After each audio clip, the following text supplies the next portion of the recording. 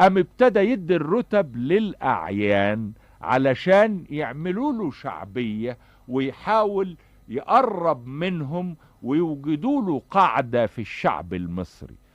إذا كان هذا هو تاريخ الرتب، يبقى محدش من البشوات حقه يفخر إنه كان باش دلوقتي أبدا. لأن أنا قلت زمان العنصر الراقي أو الأرستقراطي في هذا البلد هو الفلاح، لأنه ده هو مصر وأصل مصر، هو أصل العامل، هو أصل المثقف، هو أصل الجندي، هو أصل الحياة في مصر هو الفلاح.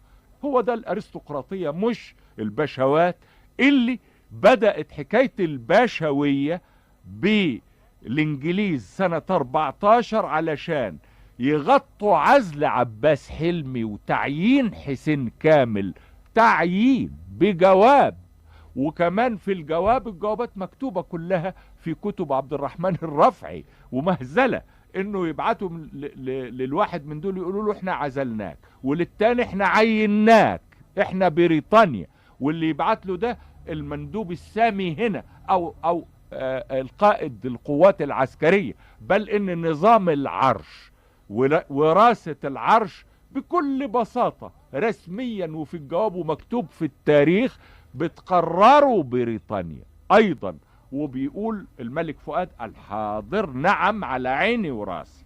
طب اذا كان ده حال الملك فؤاد، يبقى ما هو حال البشوات اللي بيعتقدوا ان البشوية دي شرف كبير؟ لا، حقهم يخجلوا بقى، لان ده تاريخ الرتب وتاريخ البشوية، انه علشان يقبل الشعب